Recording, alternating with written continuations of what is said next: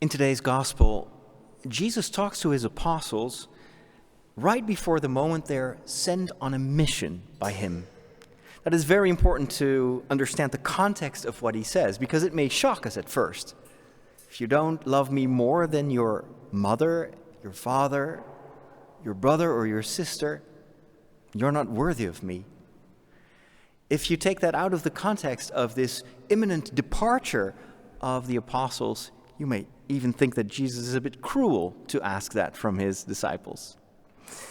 However, it makes sense when you're about to embark on this new adventure to this new family that Jesus sends you towards.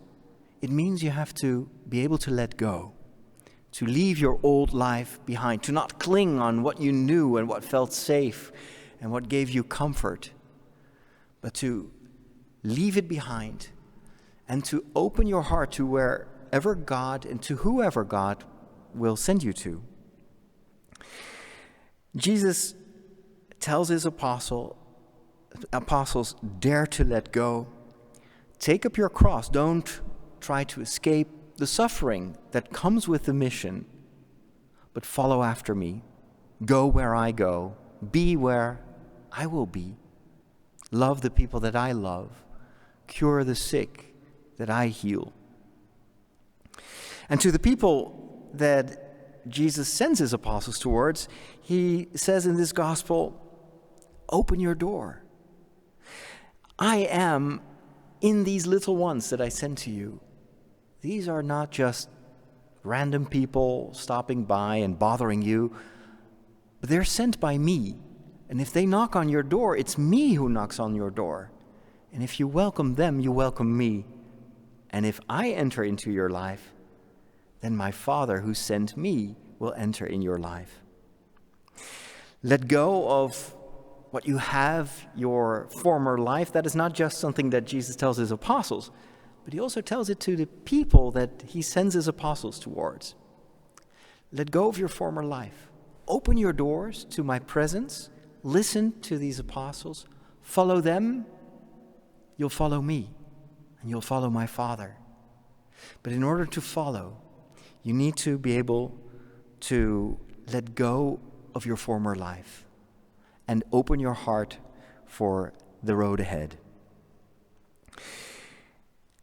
The Disney movie Frozen, that came out a number of years ago and was tremendously successful, I think is a beautiful modern fairy tale, a very good one, I think, that illustrates how difficult the proposition of Jesus can be in reality. It may sound simple, leave everything behind and just embark on an adventure and don't be afraid. But this fairy tale of Frozen shows you that in the particular context of these two sisters that are both invited to let go and to embark on an adventure, because every fairy tale involves an adventure, involves an uncertain future full of danger, sometimes also full of suffering. That adventure can be extremely, can fill you with an extreme amount of fear and trepidation. In the story, we are introduced to these two sisters, Elsa and Anna. Elsa is the oldest one, and Anna is her younger sister, and they both love each other tremendously. Elsa has a special gift. She is able to manipulate the weather and to play around with snow and ice and let things freeze and do all sorts of wonderful things by freezing things. However, that gift, that talent that she has, is perceived to be a threat. And when these two sisters are playing, by accident, Elsa hurts her younger sister Anna with some of that ice magic that she performs. Her parents immediately try to prevent Elsa to ever use that magic again. Instead of teaching her to master that talent, they try to suppress it. And they bring Elsa and Anna to the trolls who perform a spell so that Elsa, so that Anna forgets that it was her sister Elsa that had hurt her with her magic. She forgets that her sister, her older sister Elsa, actually is able to use magic. And the older sister Elsa is locked up and is forbidden to ever show anyone that she has these magical powers. It is at first a tragedy because Elsa copies what her parents do in order to contain the situation and to deal with their fear. She, too, locks the door, lets no one in, hides her talents, in a certain way, runs away from her vocation to do good. Because, at least in the Disney world, magic is always something that you are invited to use to make the world a better place, a happier place. But Elsa can't. She's too afraid, and her fear becomes an imaginary castle around her in a certain way. It becomes her coping mechanism. And that is very relatable. Because in our own lives, we all have that experience. That sometimes we deal with our own fear not by facing it, but by building a wall around ourselves, by keeping people out, so that they can't hurt us and we can't hurt them. Her sister Anna is quite the opposite. She is shown, even as a young girl, to be completely open, very naive in a certain way, very much like a younger child, not afraid of anything, not aware of the dangers of life and the risks of using magic. She remains this symbol of openness, of simplicity in a certain way, of vulnerability also because of that, also in her older years. And we are reintroduced to these two sisters at the moment that Elsa turns 21, and she will have to take over the throne of her kingdom. She has been locked up, she has locked everyone out for many, many years. However, on the day of her ascension to the throne, again, she cannot control that magic that is inside of her, and out of fear she lashes out, and everybody runs away from her. She then uses her age-old coping mechanism. She runs away from her kingdom, from the people that were entrusted to him. She runs away from her family, and she disappears in the mountains where it's cold and dark and lonely. And she uses her magic to build this huge ice castle full of thick, cold walls. And the final moment of that famous song, Let It Go, is this shot of this ice door that is slammed shut. The only way in which she feels safe to let go of her fear is by creating this fortress around her. Only within the walls, by shutting everyone out, she feels safe enough to be herself and to let go.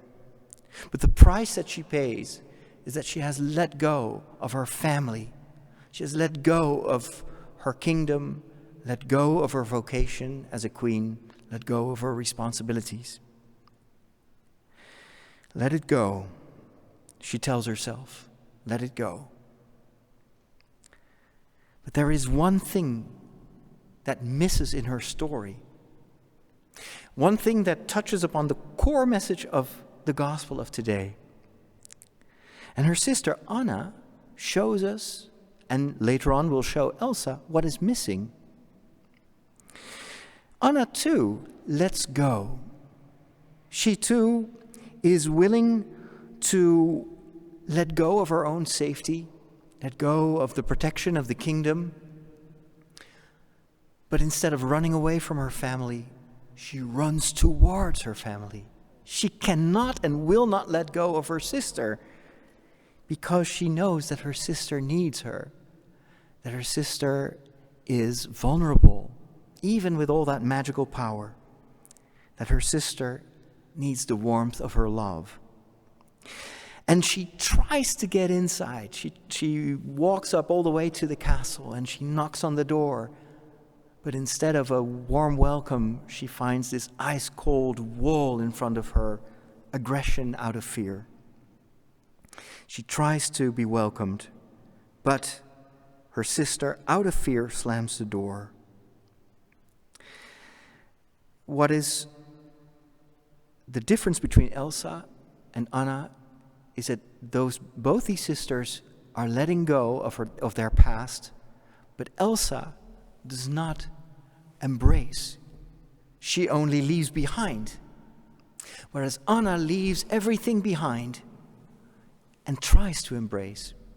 And that is exactly the point of why Jesus tells his apostles to let go of their past, to be willing to let go of your family ties, of the things that you hold dear.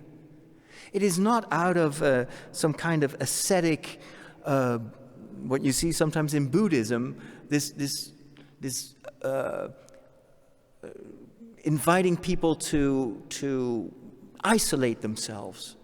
No, Jesus asks them to put him and his love above every other form of love. The apostles are invited to let go of their own family, to embrace a greater family, to let go of their job, their nets at the shoreline, in order to become fishermen of fishers of men, to go towards the depraved, the poor, the lonely, the sick. That is going to be their new family. And the only way to embrace them is to embrace the love of Christ, who will then enter their hearts and will be able to love through them and will be able to heal through their hands. They have left everything behind to become empty vessels for the incredibly powerful love of Christ. And the less they hold on to what fills their life, the more they become empty for Christ to fill them with his love. That is what makes these apostles so incredibly powerful and incredibly successful later on. Their willingness to leave everything, to let go, to embrace the love of Christ. Just like in the story, in the fairy tale, Anna ultimately is willing to give the greatest gift that you can give, to show the greatest form of love. And in the fairy tale, it is identical to the definition that Jesus gives in the gospel. What is the greatest love that you can give? Giving your life, sacrificing your life for your friends. And that makes Anna more powerful than her sister Elsa with all her magic. Because Elsa, until the very last moment of the story, seems to be unable to give herself. Because she is afraid to lose. She's afraid to lose what she holds dear. You would like to tell Elsa what Jesus tells his apostles in this gospel. It is by trying to hold on to stuff that you will lose. And it's only by truly letting go, not letting go of everything that threatens you, but letting go of your fears, that you will be able to welcome love. And that love will melt those icy walls that you've built around you. At the very last moment, Elsa is almost killed. And she would have died if it weren't for her sister Anna, who at the last moment jumps in front of her sister and is hit by a sword and is turned into ice. She sacrifices her life in order to protect her sister. And that is where it becomes this beautiful fairy tale, where, of course, this entire story is an allegory of real life. It is by giving her life, by sacrificing herself to protect her sister Elsa, that she breaks the spell, that she shows what true love is all about. It's not about romantic love. It's not about kisses. Many things of which you would see in other fairy tales. But in this story, the true love is her willingness to die for her sister. It's very much the message of Jesus. You cannot be my disciple if you run away from suffering. You have to take up your cross if you want to follow me. The only way you can give life to the world is by being willing to lose your life, like most of the apostles will later on show, by dying for Christ, by being martyred for Christ.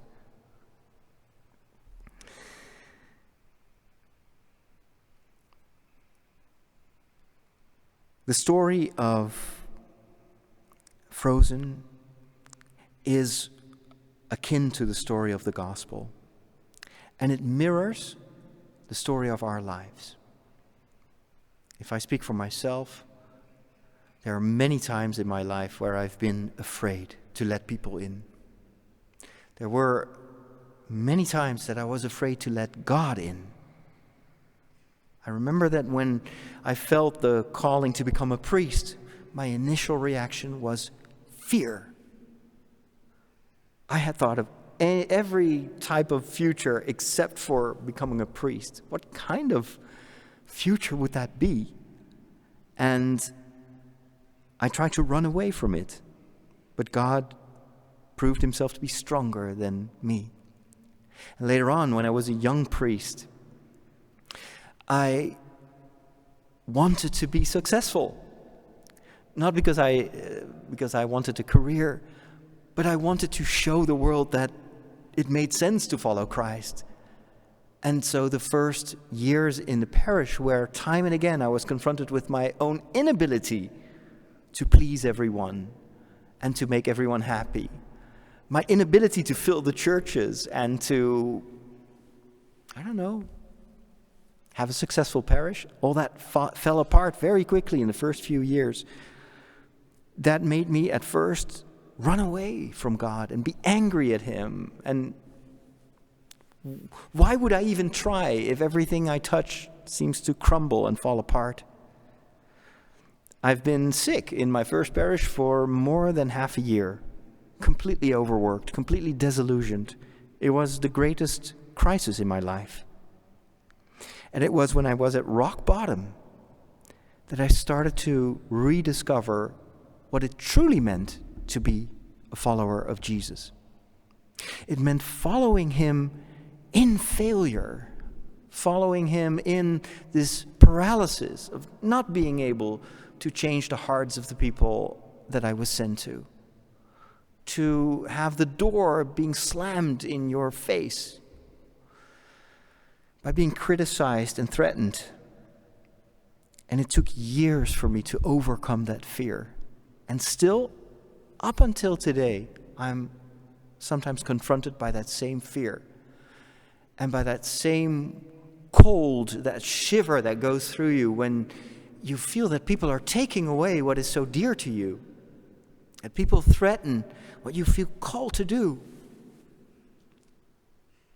And the temptation is to follow Elsa and to run away and to lock yourself up and to negate your feelings and to build a wall, to build a fortress around you and to say to the rest of the world, freeze to death. I don't want to have anything to do with you.